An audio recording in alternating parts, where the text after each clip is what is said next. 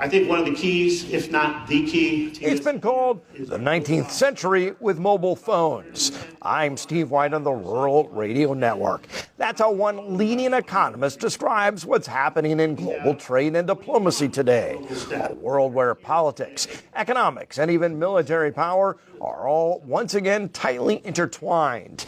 And while it may sound like something out of a history book, it's shaping the world American agriculture sells into right now. Jan Lombrigs of Rabo Research studies what he calls grand macro strategy. It's the idea nations are no longer separating politics and economics. They're using both together to gain advantage. It's quite clear that at the heart of this that the U.S. is worried about China.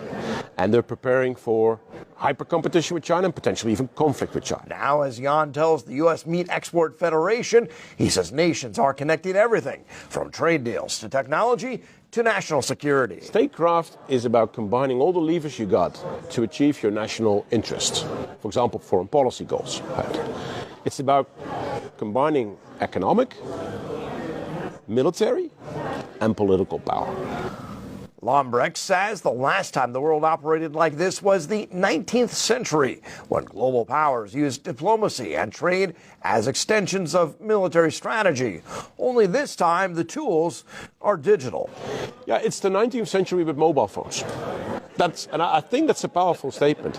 We're going back to statecraft. Statecraft was very common in the 19th century. The Europeans even still knew how to do statecraft at the time, right? But it's also the 19th century with a lot of the modern technology, and that makes it completely different. In that world, alliances matter more than ever. The U.S. and its partners are redrawing trade routes, building new manufacturing networks, and reshaping where capital flows. The third component is this reverse Marshall Plan. Something Lombrigs calls a reverse Marshall Plan to build industry in the United States. But those moves come with risk, especially for U.S. agriculture. And tension flares up. The risk for agriculture is that China realizes it's something it can sort of beat up the U.S. with. Look at how they handled the soybean purchases. Absolutely. Right? And that is a risk there. And you want to try and navigate that, try and make sure that as much pressure is being applied at the right moments to not become the victim there. And I think U.S. politicians are well aware of that, but at the same time, in the great game that's being played, the great game of statecraft, there's a reality that you will have these moments and you could be that collateral damage, and that's something to watch. When tensions rise, farm exports can quickly become targets.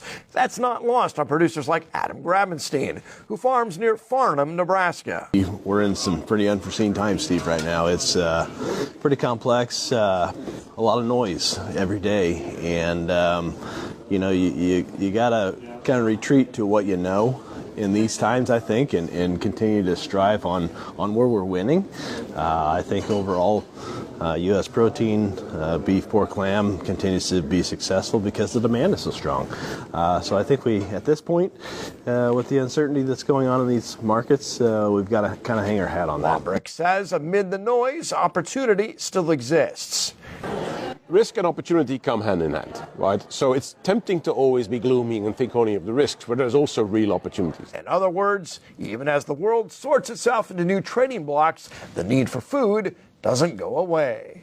From soybeans to semiconductors, the same forces shaping global politics are shaping global markets. And for producers, understanding that connection may be the new statecraft of farming. Reporting in Indianapolis, I'm Steve White.